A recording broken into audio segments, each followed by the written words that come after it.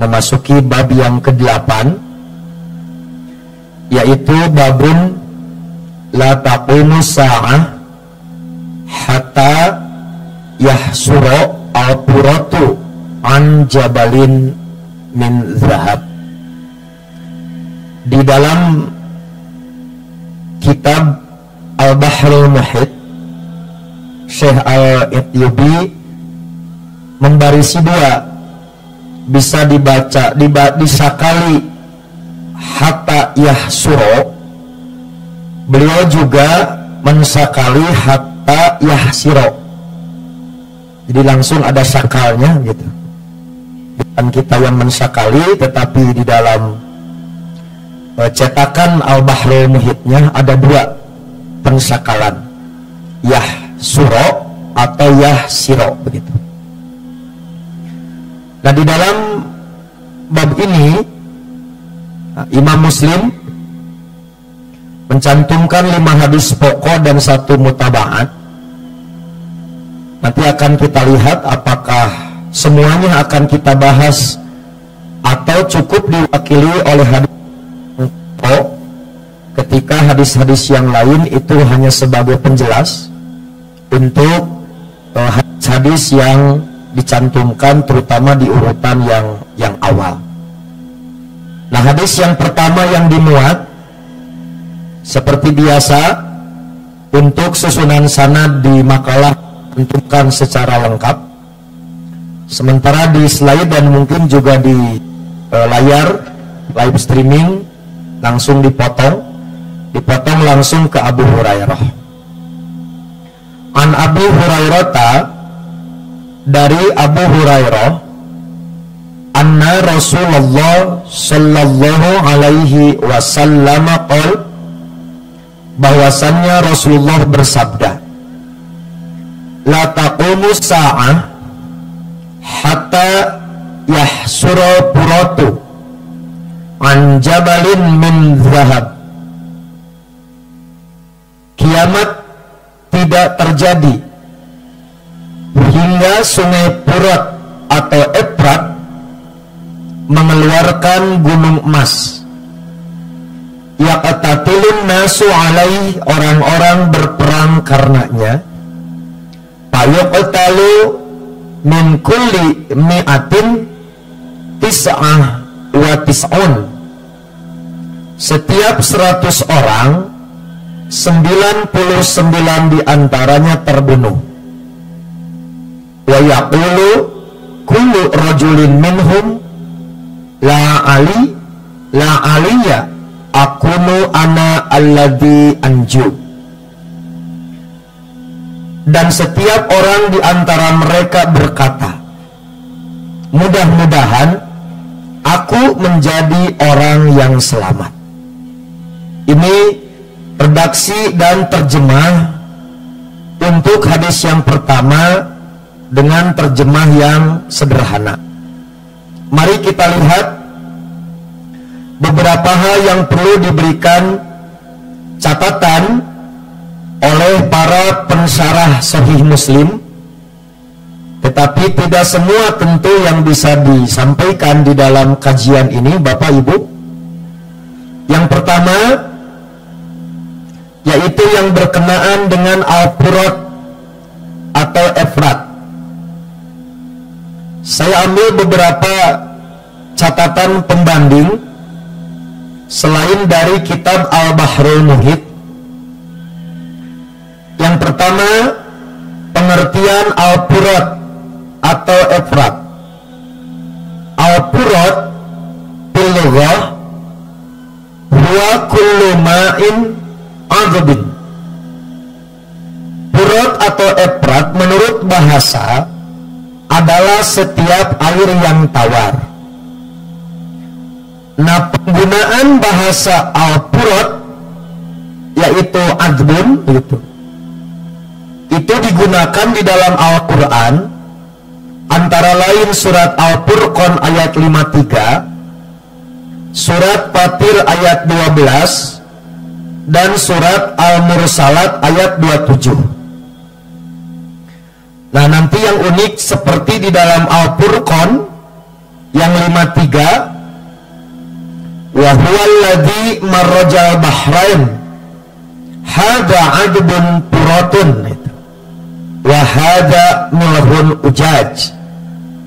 Dan dialah yang membiarkan dua laut yang mengalir berdampingan, yang ini tawar lagi segar dan yang lain asin lagi pahit.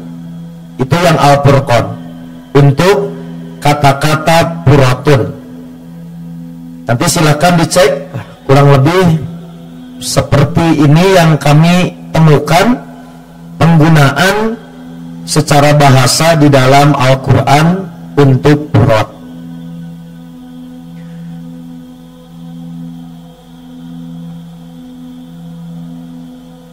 Yang kedua, purat yang dimaksud di dalam hadis ini, salah satu di antaranya diterangkan oleh Imam Al-Fayyumi seperti yang dikutip oleh Syekh Al-Ityubi. Kurang lebih beliau mengatakan bahwa al-furat nahrun azimun masyhurun yakhruju min hududir Rum. Furat atau Efrat adalah sebuah sungai besar yang populer, muncul dari perbatasan Romawi, kemudian melewati tepian. Nah, tinggal ayat di pakai bahasa Syam, Arabnya. Kalau diterjemahkan pakai bahasa modern, namanya tuh Lipan gitu. Lipan teh Syam. Silakan nanti dicek di Google Translate gitu. Masukkan Syam, keluarnya bukan Syam gitu, tapi sanes Irfan. Nah, itu makanya saya dalam kurung Syam, lalu melewati Kufah, lalu Hilah, kedua-duanya di Irak, kemudian bertemu dengan sungai apa? Dajlah. Dajlah itu Tigris. Pilbatoih di Batah. Wayasironi nahron wahidan, dan menjadi satu sungai. Summa yasubu inda abdan, kemudian mengalir di Abadan, di Bahri Faris, di laut Persia gitu. Ini dalam keterangan Imam Al-Fayyumi. Nah, ini penting saya sampaikan kenapa topografi sungai. Nanti dengan sabda Nabi, hatta yahsuro purat min anjabalin min dahabin. Begini Bapak Ibu, silakan cek daimah pengetahuan terbuka. Kan panjang sungai ini sekitar 2.800 km panjangnya itu. Nah, dalam istilah geologi gitu kan, cekungan sungai atau das itu daerah aliran sungai, ini hampir 500.000 km. Jika dilihat dari lokasi, berarti itu meliputi Irak, Suriah, Turki. Tetapi dasnya, Bu, daerah aliran sungainya, Bu, tahu sungai terpanjang di dunia? Cikapundung. Kalau melewati Asia Afrika 2 benua. Halo? Iya, jadi mau ada sungai terpanjang di dunia Cikapundung karena melewati 2 benua Asia Afrika. Jadi ya, intermezzo gitu. Pengbeperan gitu. Nah, jadi lihat, dasnya daerah aliran sungainya melewati Turki, Suriah, Irak, Arab Saudi, dan Iran, berarti 5 negara. Sementara kota yang dilalui itu 11 kota. Pertanyaannya, ketika Nabi bersabda kiamat tidak akan terjadi hingga Furat tersingkap di dalamnya gunung emas. Nah, apakah sepanjang ini semuanya gunung emas? Atau di das tertentu atau di kota tertentu? Itu kepentingan topografi tadi, Bu. Nah, maka dilihat dari panjang sungai, lokasi negara dan das, Nabi tidak mengisyaratkan tanda lokasi tertentu. Karena itu kita tidak boleh mentakkid, membatasi. Ketika Nabi tidak membatasi bahwa yang akan jadi gunung emas tersingkapnya teh pas misalkan Efrat ada di Turki misalkan, atau yang tadi das yang berada misalkan di Iran, karena Nabi tidak memberikan isyarat lokasi. Jadi tidak boleh mentakkid, membatasi, dan tidak boleh mentakyin, menetapkan lokasi tertentu di mana gunung emas itu akan tersingkap di akhir zaman. Paham Bapak Ibu? Jadi inilah kepentingan topografi karena begitu panjang. Nah, kita tidak boleh menentukan lokasi tertentu. Berarti sesuai dengan kaidah usul, bisa al-amu yabqa ala umumihi, selama tidak ada dalil yang mentaksis, keterangan umum harus diberlakukan sebagai makna umum. Atau al-mutlaqu yabqa ala itlaqihi, keterangan yang mutlak diberlakukan sebagaimana kemutlakannya, kecuali ada dalil yang mentakid atau membatasi dari kemutlakannya. Itu diantara kepentingan menyampaikan hal ini. Jangan sampai kita membatasi sesuatu yang Nabi tidak memberikan batasan, atau mengkhususkan kota atau daerah tertentu padahal Nabi tidak memberikan penjelasan atau minimal isyarat pun tidak.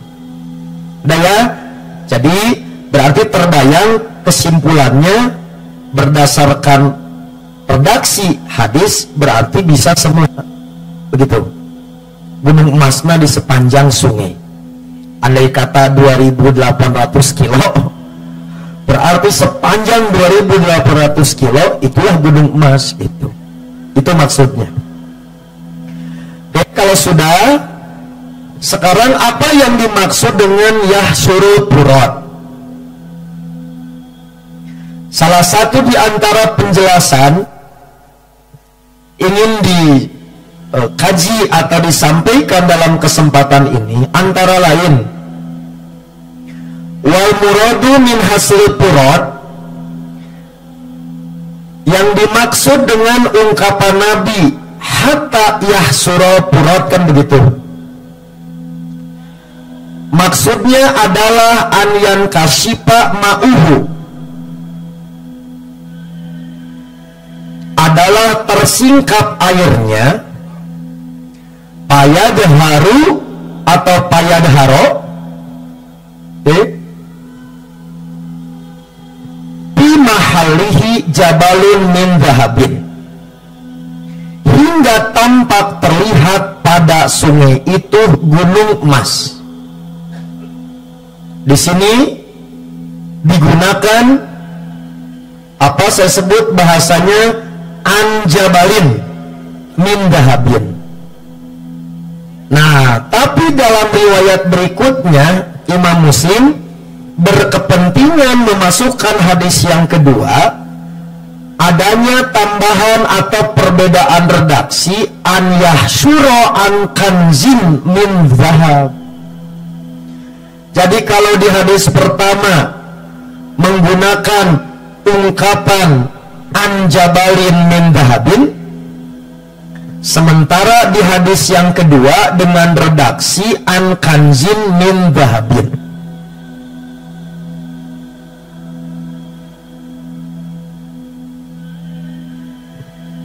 Nah, redaksi komplitnya itu dari Abu Hurairah, yusiku al-puratu an yahsiro an kanzin min ubrahab taman hadarahu fala yakhud minhu syai'an. Hampir saja Efrat atau Purat menyingkap harta simpanan berupa emas. Barang siapa menghadirinya jangan mengambil sedikit pun darinya. Itulah.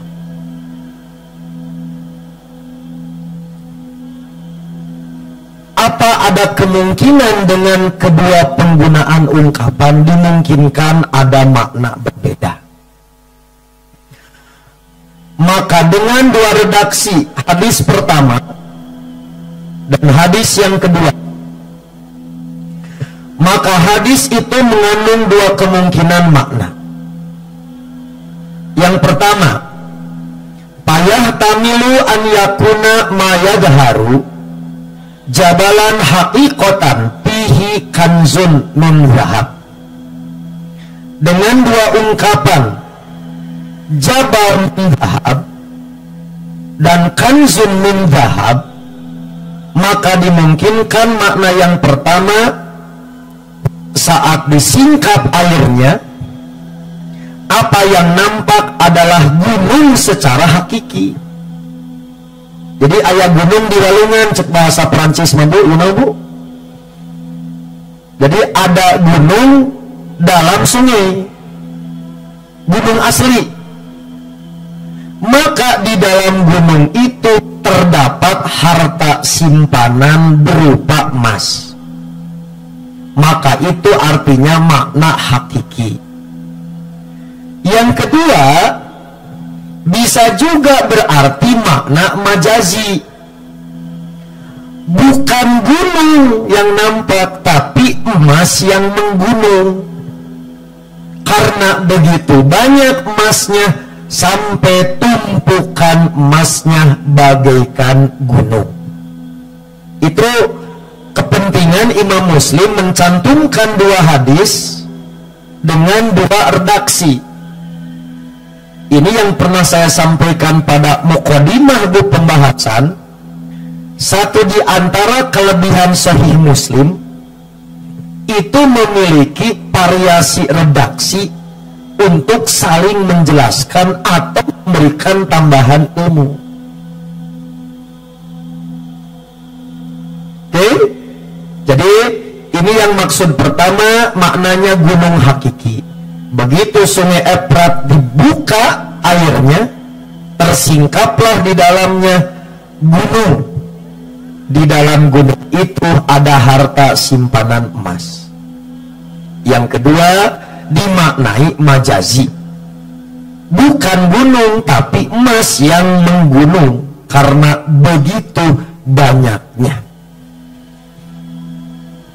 Ini bahasa Arabnya, wa yahtamilu an yakuna kanzan summiya fi hadhihi riwayah jabalan likathrati ma fihi min zahab.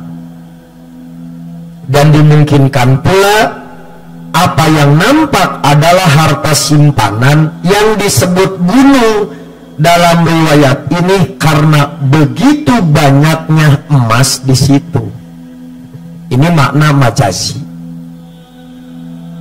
Oke? Nah, pertanyaannya, mana yang akan kita ambil? Apakah makna hakiki atau makna majazi? Ketika ada dua kemungkinan makna, maka tidak ada qarinah yang mentarjih atau qarinah yang bisa memperkuat salah satu kemungkinan, maka dimungkinkan kedua makna. Begitu. Jadi bisa hakiki, bisa majazi.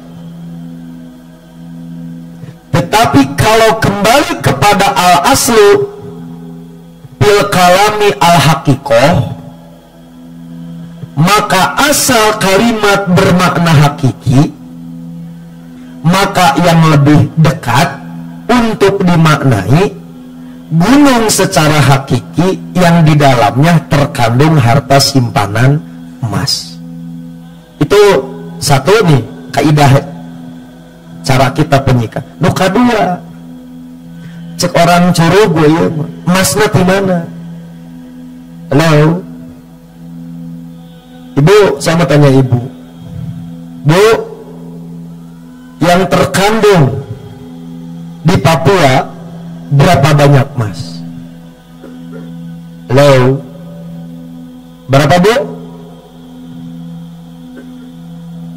dia mumpung live streaming aya di ari ieu geus kadeteksi can ku para ahli emas. Buru-buru tiheula urang. Sebab sudah diberi isyarat ke Nabi urang. Siapkeun nyiru, nyiru. Ya kan sok teh penambang emas mah teh kitu teh. Nah, jadi saya berpikir begini. Contohlah satelit tercanggih ayeuna gitu. Sudah bisa mendeteksi tidak ada tanda-tanda ini. Di luar teh katingali gitu. Nah, gelempengnya gelempeng. Atau ini keajaiban tiba-tiba ayeuna mah terdeteksi. Tapi nanti mendekati akhir zaman, coba pecenghul, apa pecenghul bahasa Indonesia? Coba rijil begitu. Tapi sekiranya orang kafir tahu hadis ini atau ahli peremasan, kayaknya orang curug jadi kehidupan mencari emas berdasarkan petunjuk agama. Maha jadi konsultan tah. Siapkan konsultasi. Cari emas berdasarkan petunjuk Nabi gitu. Ya, jadi ini menarik sebetulnya. Bukan hanya tadi bagi ahli politik, bukan ahli militer, tapi juga ternyata ada persoalan-persoalan yang bisa mengandung muatan ekonomi gitu. Tadi datang bagian Kang Helmi, tuliskan Kang Helmi sarahna. Mencari jejak emas di Sungai Efrat. Siap bu? Siap naon? Pada ngiringannya ya. Dah ya. Nah, maka Al-Hafidz Ibnu Hajar mencoba memberikan jalan tengah ketika ada penggunaan jabal dan kanzun. Ungkapan anjabalin min dhahabin wa fi riwayatin an kanzin min dhahabin qala al-Hafidz, maka Al-Hafidz Ibnu Hajar berkata, tasmiyatuhu kanzan bi'tibari halihi qabla an yankashifa. Kenapa gunung itu atau tumpukan itu disebutnya jabal gunung? Kata beliau, maka dimungkinkan kenapa disebut jabal itu dengan melihat keadaan sebelum tersingkap. Wa tasmiyatuhu jabalan disebut kanzun sebelum tersingkap, wa tasmiyatuhu jabalan lil isyarah ila kasratihi, dan penamaannya dengan jabal untuk mengisyaratkan begitu banyaknya anjabalin min dhahabin, yaitu gunung emas. Kira-kira itulah dua istilah atau dua ungkapan yang perlu disampaikan sebagai bagian dari upaya menelusuri petunjuk melalui pendekatan pemaknaan di dalam hadis yang pertama ini. Selain tadi purat, juga maksud yahsurul purat dan berkenaan dengan dua kemungkinan jabal dan kanzun. Sudah, itu tidak terlalu seru. Nah, yang seru adalah hadis yang kalimat berikutnya. Yaqtatilun nasu alaih, orang-orang berperang karenanya. Ya, Bu, saya sering mengingatkan, sekiranya peristiwa ini kita sudah tidak ada, dan ini dialami peristiwa ini oleh anak cucu kita, entah turunan keberapa, mudah-mudahan cucu kita tidak termasuk orang yang yaktatilu alaih. Kenapa berperang? Ai ala ahdihi. Bahasa kita orang Bandung menyebut perebut alas.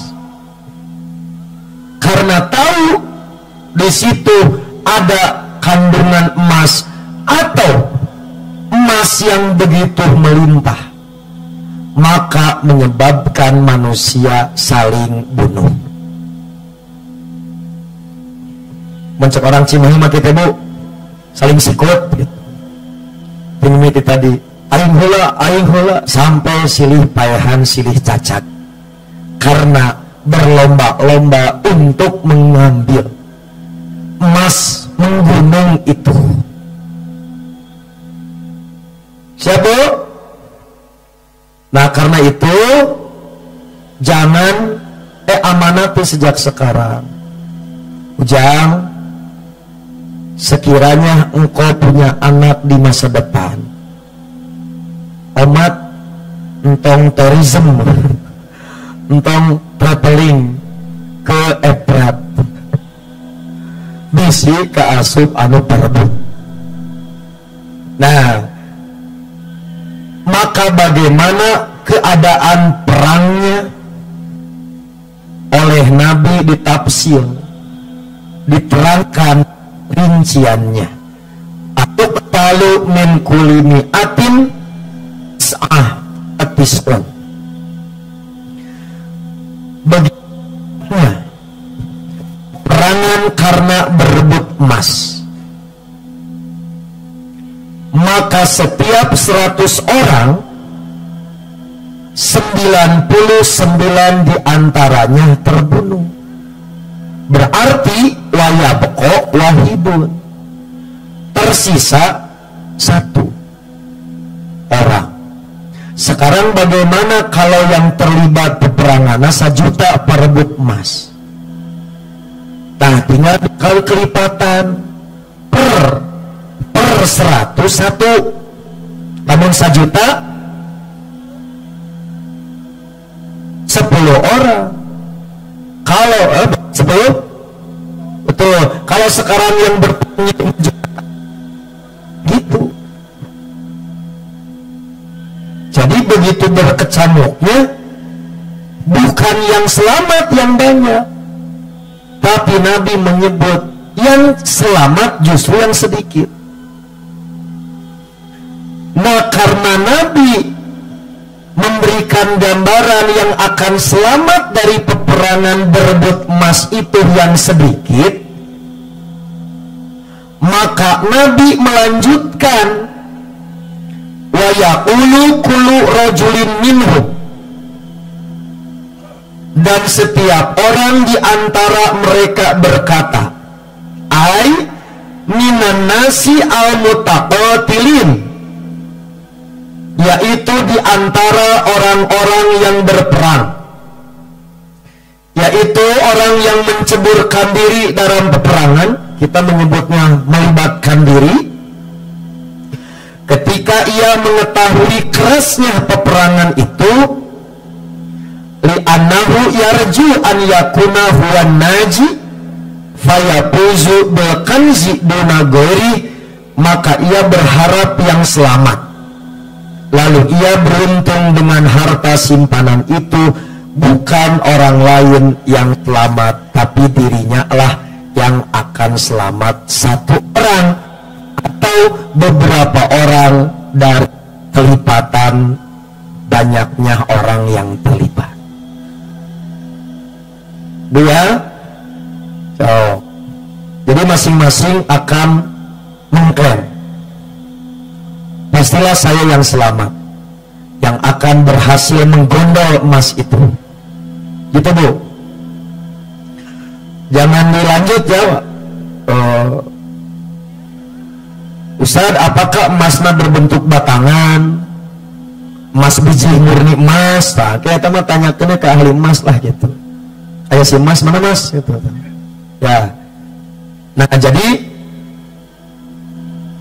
ini yang saya katakan, ini kan kejadian masa depan. Dari mulai Nabi menyebut tempat, barang apa yang akan ada, sampai bagaimana situasi, akan sampai menghitung jumlah yang korban dan yang selamat. Ini yang saya sebut dengan min alamati nubuwah gitu. Nabi menyampaikan demikian berdasarkan informasi wahyu. Lalu hari ini misalkan orang ada yang menafsirkan macam-macam, selama itu mau takribi, jadi bukan memastikan, maka penafsiran yang dimungkinkan paling mendekati boleh saja. Tapi kalau sampai mentahdid, memastikan, mentain, seperti tadi, di mana emasnya? Oh, kemungkinan paling di Cikapundung, ke daerah itu karena banjir bah nanti zaman sekian di akhir zaman. Nah, itu hanya sekedar pikiran belaka, tapi tidak bisa menjadi acuan mutlak sebagai ukuran kebenaran pemahaman yang dimaksud. Ini kembali saya ingatkan, karena hari ini cara pendekatan pembahasan akhir zaman ada yang tadi selalu mentahdid, membatasi tempat, waktu, ada yang mentain, memastikan kaum, memastikan orang, padahal hadisnya tidak ada gitu.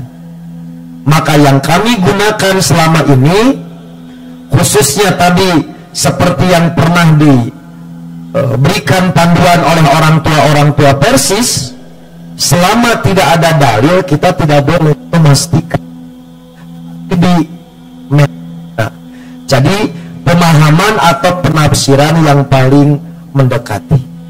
Oke, sekali lagi, satu, tidak dipastikan area. Nah, emasnya tidak disebutkan apakah emas batangan, biji emas, atau giwang, atau tadi bu genge. Tidak boleh, karena tidak ada keterangannya gitu. Nah, kemudian juga jumlah, apakah ini mau diartikan matematis per 1 dari 100? Jika ini mau diartikan kiasan, maka harus ada dalil. Maka kita maknai secara makna zahir, berarti betul.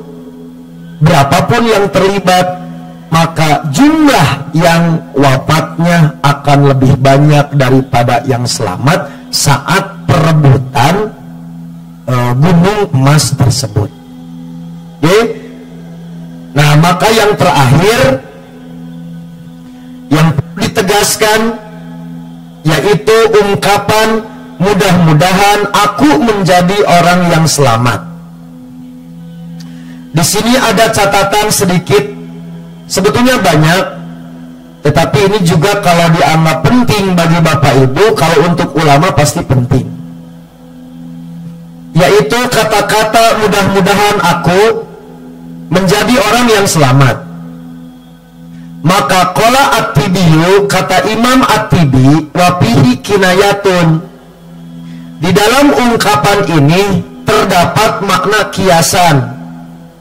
Li anal asla an yuqola analladhi apuzu bihi fa'udila ila anju li annahu ida naja minal qatli fazal bil mal wa mulkihi. Kata-kata an akuna anju, analladhi anju, karena pada asalnya dikatakan saya orang yang memperolehnya, lalu disamakan kepada anju. Li annahu idza naja minal qatli, karena jika dia selamat dari peperangan, faza bil mali wal mulkihi, maka dia akan memperoleh harta dan kekuasaannya. Itulah kurang lebih kepentingan beberapa catatan yang perlu untuk disampaikan dari sekian banyak petunjuk yang telah ditulis oleh para ulama di dalam kitab-kitab syarah Sahih Muslim, khususnya dalam Al-Bahr Al-Muhit As-Sajjaj karya Imam Al-Itubi ini. Saya cukup itu yang dianggap paling penting khususnya untuk kajian kita. Sekarang mari kita lihat nomor 2, dan sedikit kepentingan Imam Muslim yang kami pahami. Di dalam hadis yang kedua, nah Imam Muslim itu mengajukan riwayat sama dari Abu Hurairah yang tadi saya sampaikan. Perbedaan dari sisi redaksi jelas berbeda, tetapi apakah secara ziyadatan minal ilmi ada yang berbeda? Maka tadi perbedaan ada pada kanzun min dahabin. Nah, yang tidak dimiliki oleh hadis yang pertama, sebaliknya hadis yang pertama tidak dimiliki oleh hadis yang kedua, yaitu ada semacam nasihat dari Nabi dengan ungkapan paman hadarahu fala yakhud minhu syai'an. Barang siapa menghadirinya, maka janganlah dia mengambil apapun dari tempat itu. Maka di sini perlu untuk disampaikan beberapa catatan pensyarah, yaitu dari kata-kata paman hadarahu fala yakhud minhu syai'an. Hada yus'iru bi annal akhda minhu mumkinun. Maka dengan ungkapan pala yakhud minhu syai'an, ini terdapat pemberitahuan dari Nabi bahwa mengambil emas dari situ dimungkinkan. Wa ala hada fayajuzu an yakuna dananir. Dengan ungkapan pala yakhud minhu syai'an dimungkinkan mengambil, berarti maka dimungkinkan bahwa bentuk emas yang ada di situ adalah berupa dinar. 2. Tapi bisa juga bentuknya adalah kitoan. Kitoan di sini maksudnya dirham. Tetapi bisa juga wajah juzu an yakuna tibron, boleh jadi berupa biji logam gitu. Nah, Bu, tadi wae ngulang, Bu, punten mulai dimikir gitu. Apakah biji logam atau emas batangan? Ternyata menurut para ulama bisa lebih dari itu, berupa mata uang. Boleh jadi BPKB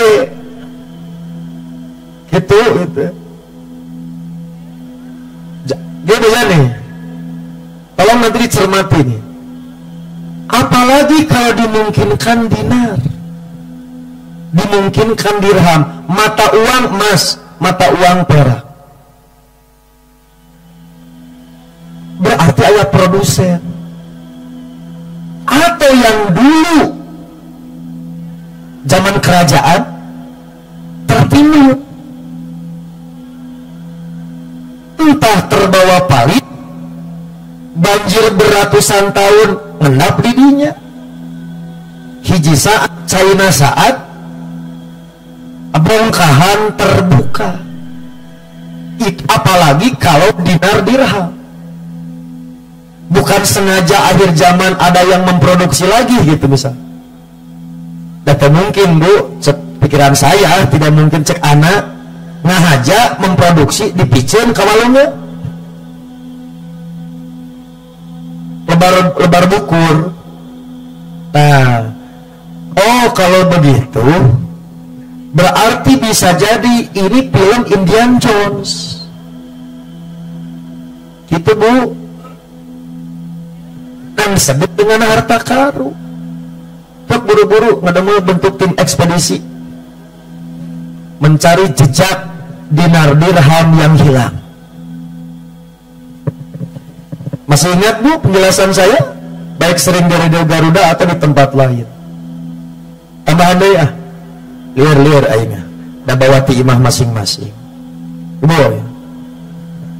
Lihat nih, dinar zaman Nabi itu tidak dirubah, desainnya tidak dirubah, logonya tidak dirubah, itu made in Romawi, Raja Dinarius. Berarti logonya bukan Soekarno-Hatta, Raja Romawi.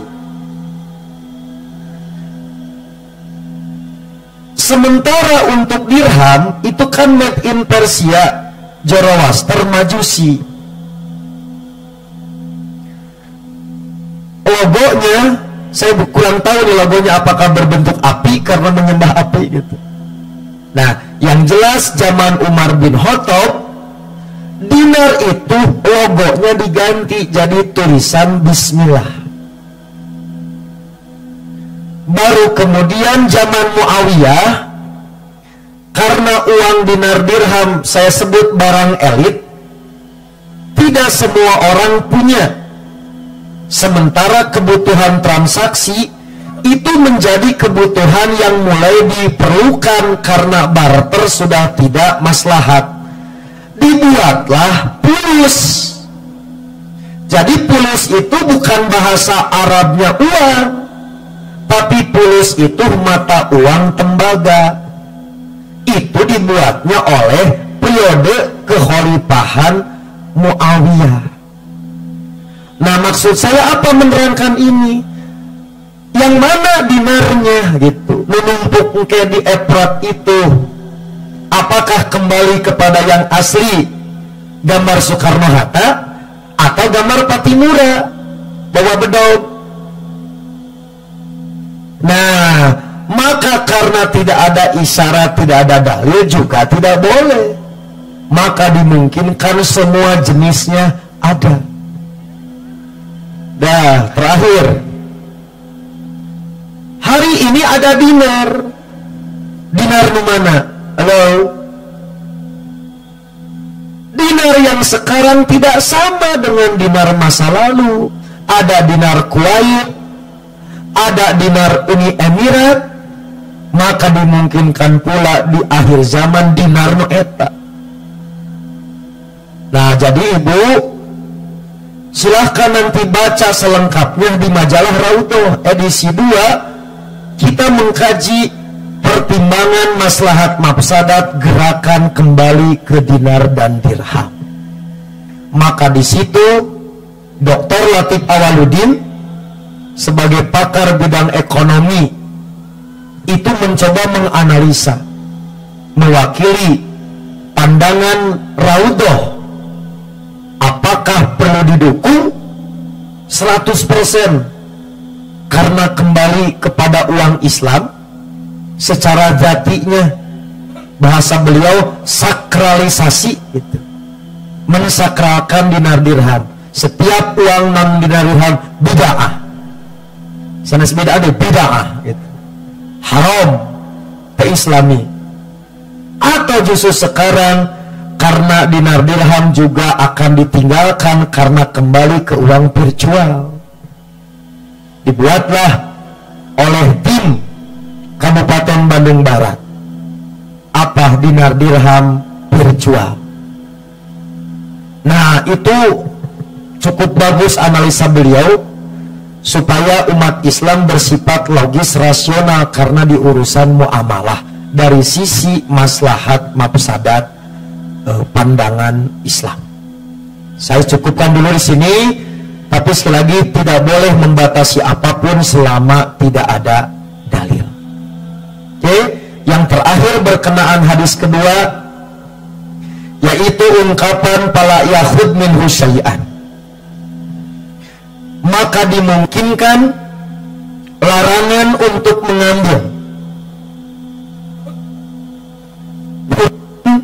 cenderung dilihat dari status kepemilikan.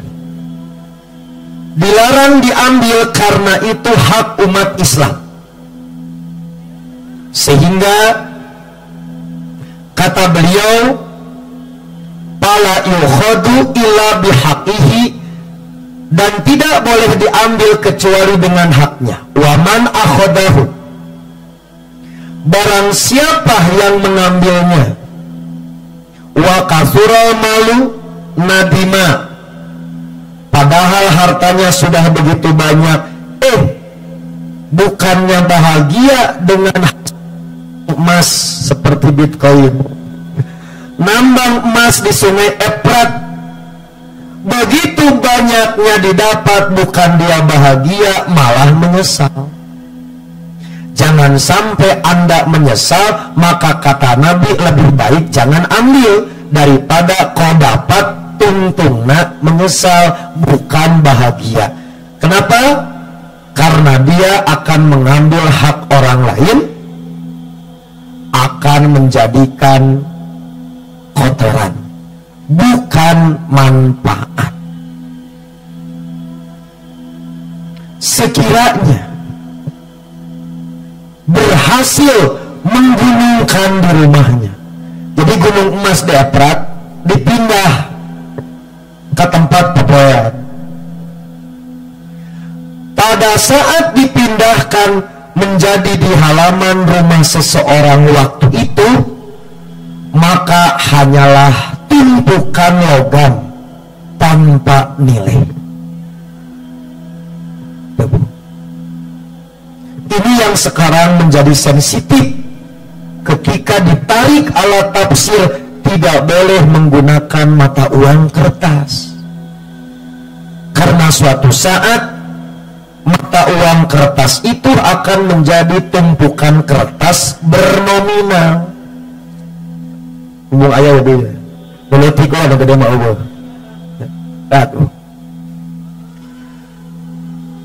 Kembali saya akan mengajukan pertanyaan. Ini untuk mengukur tepat atau tidak orang menarik ini ke problem hari ini. Karena mereka kemudian menyatakan sekarang sudah terjadi gitu hadis ini untuk melihat sekian tahun ke depan.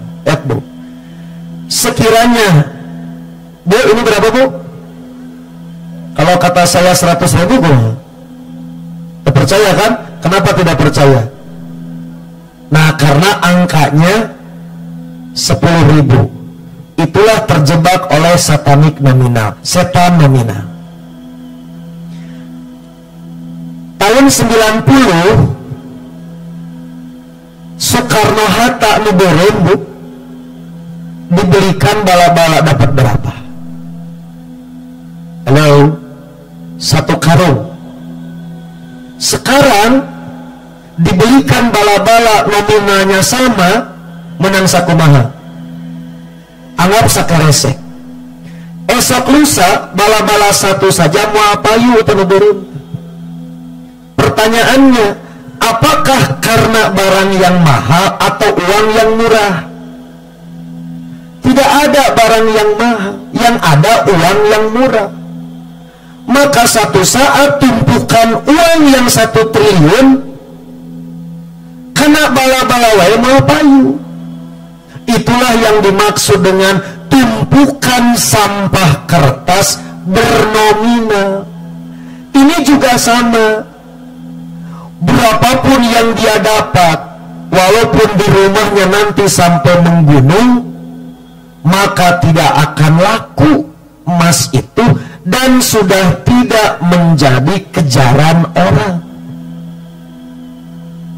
Karena itulah lebih baik daripada diambil, sebab tidak akan menjadi apa-apa, bahkan boleh jadi akan menjadi malapetaka. Coba Bu, ingin mendapatkannya kudu gelut. Laut. Sekarang orang yang selamat, dia mendapat, menang hese, begitu dapat tidak bernilai, maka akan menjadi kerugian jika seseorang yang ada dia mengambilnya. Jadi berarti di hadis yang kedua ini masuk dalam pembahasan yang satu orang yang selamat. Karena yang tadi kebanyakan perang terbunuh. Kira-kira begitu. dalam pandangan Ibnu Tin. Kenapa larangan yang dimaksud? Tetapi kata Al-Hafidz Ibnu Hajar,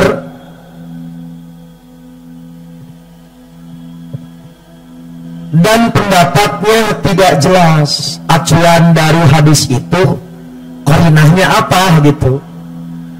Maka kata beliau, walladhi yadharu anna nahya an akhdihi lima yansha'u an akhdihi minal fitnah wal qital alaih.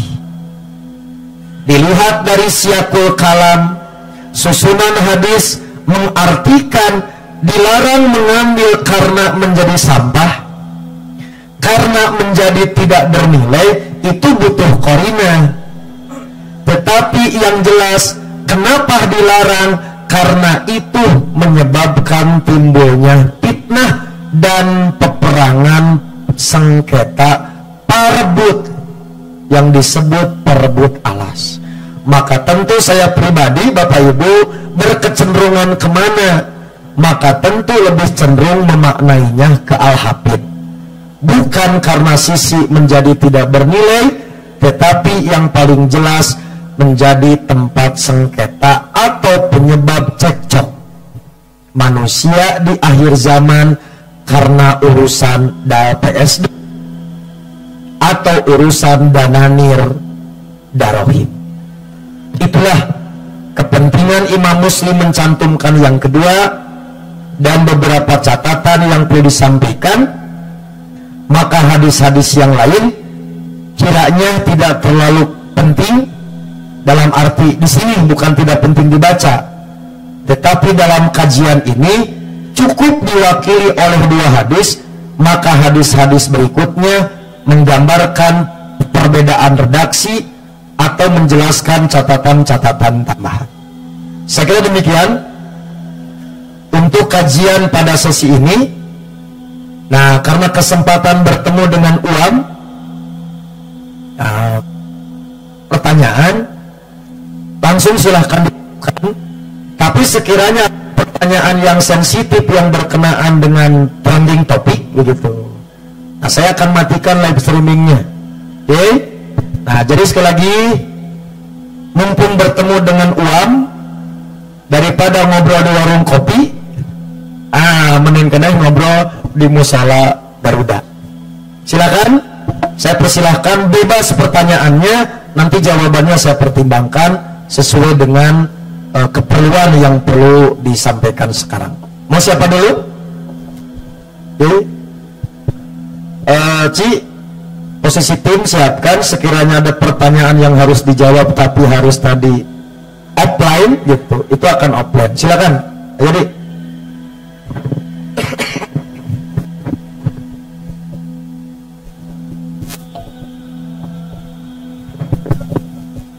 ya, silakan. Aturun Sad. Pertanyaan Sad, dari hadis yang dibahas tentang bab hatta yahsurul furat, mengeluarkan gunungan emas. Yang pertama ya, hadis pertama ya. Yang mau ditanyakan Sad itu tentang kronologi. Apakah itu memang langsung mengeluarkan gunung emas? Apakah hadisnya mengatakan? Karena saya baca dan saya simak beberapa artikel itu mengering dulu Sad. Apakah ada hadis yang menerangkan seperti itu Sad? Ya. Yang kedua, saya simak Sad dari awal sampai akhir, mengingatkan pada bab sebelumnya tentang babu halaku hadhil ummah ba'duhum bi ba'din, yang innallaha zawal ya. Apakah hadis ini ada kaitan tidak dengan hadis tersebut Sad? Haturun Sad. Ya. Jadi yang pertama, satu di antara yang dijadikan dalil untuk adanya kronologis gitu kan, itu antara lain hadis riwayat Ibnu Majah dan Al-Hakim. Sebagian menyebutkan bahwa di situ ada isyarat walaupun tidak langsung menyebut tentang kronologis kemunculan, terutama yang berkenaan dengan Imam Mahdi itu. Jadi peristiwa ini sejalan atau seiring dengan kemunculan Imam Mahdi. Gitu di sini gini, kan yaktatilu indakan zikum salah satu gitu. Kulluhum ibnu Khalifah. Nah, ada yang tadi pendek, ada yang panjang, sampai akhirnya fa'idza ra'aitumuhu fabayyuhu walau habwan ala salji fa innahu khalifatullah al-mahdi. Jadi akhirnya si emas itu akan dikuasai oleh Imam Mahdi. Statusnya atau keberadaannya. Nah, di hadis yang lain ada yang panjang, ada yang pendek prosesnya. Ada proses yang menyebutkan tadi mengering dulu, begitu mengering baru tampak gitu. Nah, setelah tampak itulah baru terjadi peperangan. Tetapi sampai hari ini dilihat dari sisi kedudukan hadisnya, maka hampir semua ulama sepakat yang menyebutkan kronologis baik prosesnya maupun siapa pihak yang terlibat pada saat sudah kering perang, maka hadisnya dhaif. Nah, antara lain nanti yang disampaikan yaitu keterangan dari Imam Al-Munawi yang mengambil dari keterangan Imam Ad-Dahabi, maka hadisnya munkar. Nah, karena hadisnya tidak ada yang sahih, juga ada yang nanti dari Ibnu Mas'ud gitu, tetapi juga sama hadisnya dhaif. Antara lain sama dari Imam Ad-Dahabi. Nah, kesimpulannya tidak ada hadis yang sahih yang menerangkan kronologis. Apakah tadi tiba-tiba kering atau tiba-tiba muncul, maka tidak ada yang memastikan hadisnya. Tetapi tafsiran banyak ayat. Jadi itu hanya tafsiran, riwayat yang ada sekali yang menerangkan proses, baik proses tadi kondisi sungainya maupun siapa pihak yang terlibat dalam perebutan. Begitu. Itu untuk pertanyaan pertama. Tadi pertanyaan keduanya? Oh iya, gini. Jadi kalau saya melihat dari sisi isyarat tempat, dua, keadaan peristiwa yang menyertai, saya melihatnya tidak ada hubungan langsung atau menunjukkan peristiwa berbeda lah, mudah nama gitu. Tetapi apakah ini bersambung gitu, atau ada jeda? Maka kaidah umum menyebutkan kenapa kiamat kubro disebut 10, karena begitu dekat antara satu peristiwa dengan yang lain. Tapi ketika tanda kiamat sugro yang kami sebut 132 tanda, sekiranya peristiwa ini adalah beberapa peristiwa yang berbeda, semuanya masuk dalam tanda kiamat sugro, itu tidak menunjukkan hubungan waktu yang dekat, boleh lama, boleh terjeda. Itu kecenderungan saya melihat tadi ada ciri-ciri tertentu, baik pelaku peristiwa atau keadaan antara satu peristiwa, itu peristiwa yang berbeda. Itu yang dimaksud dengan kamaujil bahar, dengan peristiwa yang sekarang atau yang sebelumnya yang berkenaan dengan saling di antara sesama umat Yesus. Itu saja deh pemahamannya. Masih ada ibu barangkali? Atau ibu mau bantu jawab? Cukup? Ya, silakan. Mik.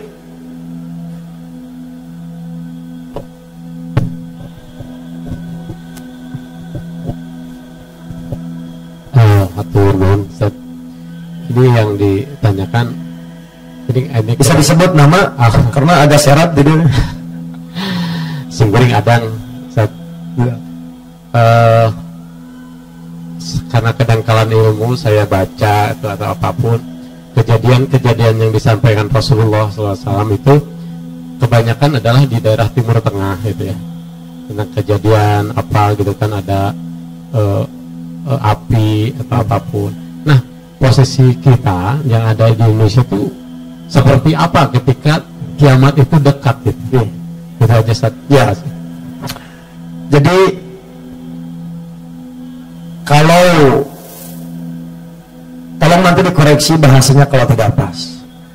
Sekiranya jalan kehidupan ini dilihat dari kamera gitu, episode kehidupan gitu, maka Quran menunjukkan tidak akan keluar dari 4 negara. Itulah hikmah kami membuat peta Mushaf Anbiya. Ini yang belum terbit, ini tertunda karena semua para nabi tidak akan keluar dari 2 jalur gennya, dan tidak akan pernah keluar dari 4 negara para nabi itu. Dilihat gen, dilihat domisili. Lihat, tidak akan keluar dari Hijaz bahkan terakhir karena Bani Ismail. Irak, Palestina, Syria, Yordan, cuman sekian negara. Maka baru kemudian muncul Hijaz. Nah, saya dapat isyarat ini, kenapa di akhir zaman begitu? Maka pada dasarnya lakon kehidupan, aktornya tidak akan lepas dari daerah-daerah ini. Orang Cicalengka artis figuran, bukan aktor utama. Begitu. Itu dari sisi wilayah yang dipotret di Quran.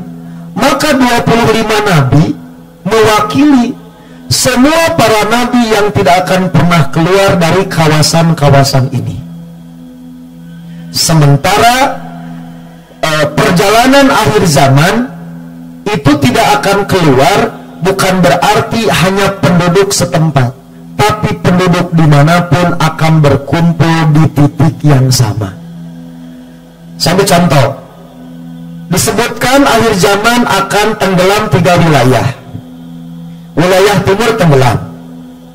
Dari mana disebut timur? Nabi bersabda itu dari Madinah.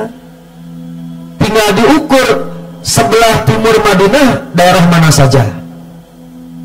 Yang kedua, wilayah bagian barat Amblas. Dilihat dari mana? Madinah. Nah, pertanyaannya, Bandung sebelah mana Madinah? Kulon. Kata ibu, Kulon mana ada di hadisnya, maka selamat gitu. Nah, jadi maksudnya bahwa isyarat-isyarat Quran dipertegas dengan hadis-hadis akhir zaman, tidak akan pernah ada keluar dari daerah-daerah sejak awal sampai akhir yang disebut dengan tadi tokoh utama. Maka yang lain Indonesia tidak disebut, bukan berarti tidak ada orang Indonesia nanti di sana. Bukan berarti tidak ada orang Perancis di sana. Tetapi area titik kumpul akhir perjalanan itu semuanya tidak akan pernah keluar seperti jalan kehidupan para nabi. Begitu maksudnya. Oke? Jadi Bapak Ibu sekiranya seumur hidup belum sempat ke Perancis, tenang, kita akan bertemu dengan orang Perancis di Eden, Yaman, sebelum meletusnya alam semesta. Itu maksudnya. Makanya saya mohon doa, mudah-mudahan Mushaf Anbiya ini segera terbit. Agak tertunda dulu yang disebut dengan Nabi terbanyak anak, Nabi terkaya, Nabi teripu, Nabi terkaset, Nabi yang terpendek tugas dakwahnya, mana yang terpanjang. Saya barulah mendapatkan puzzle-puzzle wilayah dari situ. Tidak keluar antara perjalanan masa kenabian dengan akhir zaman. Titik sorot kameranya di tempat-tempat itu juga. Begitu. Oke? yang bisa. Terakhir. Ayo silakan. Sebutkan nama. Nik. Nama Hasbi Ulumuddin Hidayah Kholat. Ya. Mau berkaitan dengan yang trending topik. Oke. Ketim di-off-kan dulu.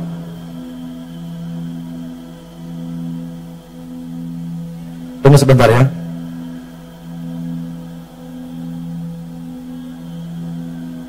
Ya, jadi mumpung panggih, mending langsung taroskeun kan, daripada ngobrol di warung kopi gitu.